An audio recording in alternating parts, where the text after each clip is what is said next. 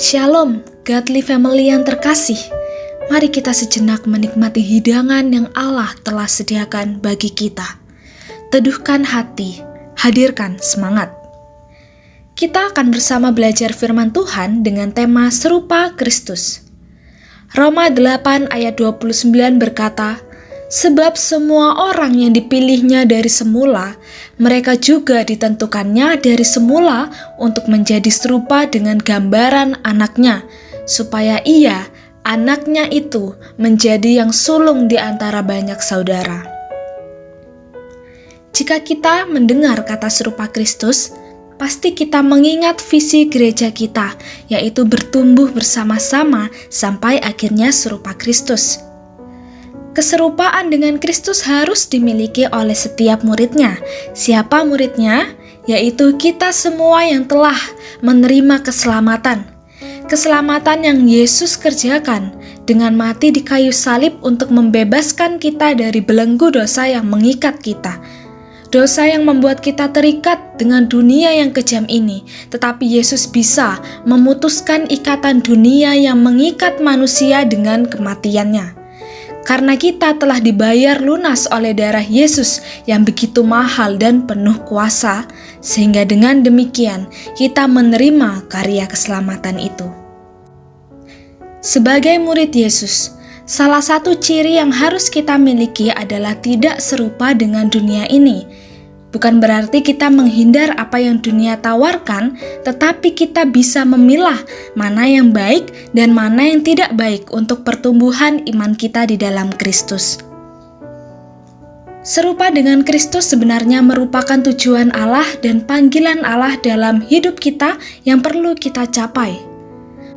Allah menghendaki kita supaya kita serupa dengan Kristus dalam inkarnasinya, yaitu bagaimana Yesus memiliki kerendahan hati ketika Yesus yang adalah Allah turun ke dalam dunia menjadi sama dengan kita manusia.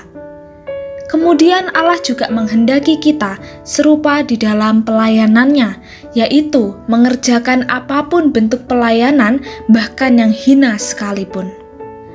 Allah juga menghendaki kita untuk serupa dalam kasih-Nya, yaitu seperti Yesus yang rela mati di kayu salib menyelamatkan manusia sebagai bentuk dari kasih-Nya. Selain itu, juga kita serupa dengan Kristus dalam ketabahannya, yaitu dalam hal menghadapi penganiayaan dalam dunia ini.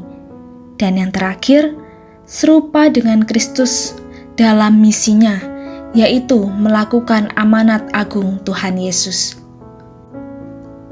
Dalam Allah mencapai tujuan ini dalam hidup kita, Allah akan senantiasa membentuk kita dengan luar biasa. Dalam menggenapi tujuan Allah ini, maka ada 3 hal yang akan kita terima sebagai proses pembentukan kita, yaitu pertama, orang Kristen dipanggil untuk menderita. Kedua, kita harus mengabarkan tentang Yesus. Dan yang ketiga, kita harus mengikuti tuntunan Roh Kudus yang akan membawa kita menjadi serupa dengan Kristus.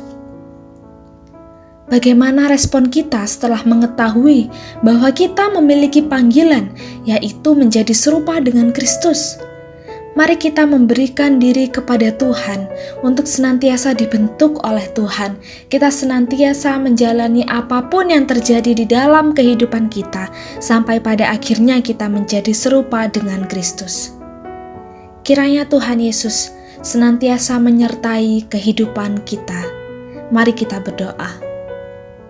Bapa kami yang baik, kami menyadari bahwa Tuhan memiliki tujuan dalam hidup kami, yaitu menjadi serupa dengan Engkau, yang sekaligus ini menjadi panggilan bagi kami. Namun ya Tuhan, dalam keterbatasan kami manusia, kami tidak dapat melakukannya sendiri. Kami membutuhkan pertolongan Tuhan. Roh Kudus yang memampukan kami menjalani pembentukan yang Tuhan lakukan dalam kehidupan kami. Kami siap dibentuk oleh-Mu. Terima kasih Bapa. Di dalam nama Tuhan Yesus kami berdoa. Amin. Tuhan Yesus memberkati.